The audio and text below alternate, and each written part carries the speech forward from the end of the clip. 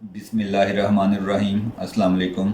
अगर दिल के मसल्स को खून सप्लाई करने वाली नालियों, जिनको हम करोनरी आर्टरीज़ कहते हैं, उनके अंदर प्लेक बन जाए तो दिल के मसल्स को खून की सप्लाई रुक जाती है और इस कंडीशन को हम हार्ट अटैक कहते हैं।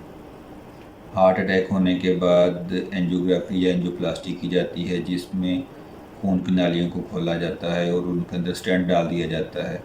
आज की वीडियो में हम बात करेंगे कि एंजियोप्लास्टी या एंजियोग्राफी का प्रोसीजर किस तरह किया जाता है और बैलून एंजियोप्लास्टी और स्टेंट एंजियोप्लास्टी में क्या फ़र्क होता है।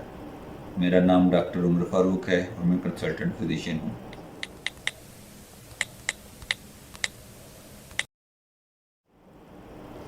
एंजियोप्लास्टी करने के लिए सबसे पहले टांग या कलाई में से खून की नाली में कैथेटर डाला जाता है।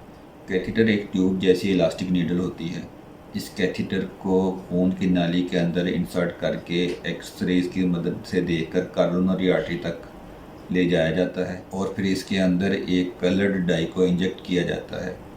इस डाई को डालने के बाद दोबारा एक्सरेज की मदद से देखा जाता है कि दिल की कौन सी नाली बंद है। इस जगह को लोकेट करने के बाद एक और कैथेटर डाला जाता है, जिसकी टिप के ऊपर बैलून लगा हुआ होता है।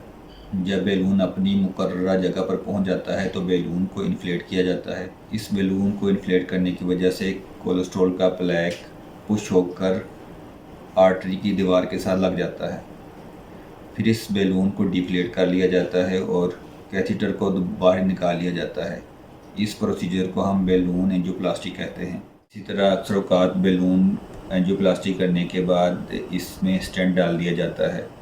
इस स्टेंट को भी कैथेटर की टिप के साथ लगाकर मुतासरा जगह पर ले जाया जाता है और उसके बाद इसको डिफ्लेट कर दिया जाता है और कैथेटर को वापस निकाल लिया जाता है। ये स्टेंट ओपन होने के बाद अपनी जगह पर फिक्स हो जाता है और इस तरह ब्लड फ्लो के लिए रास्ता बन जाता है।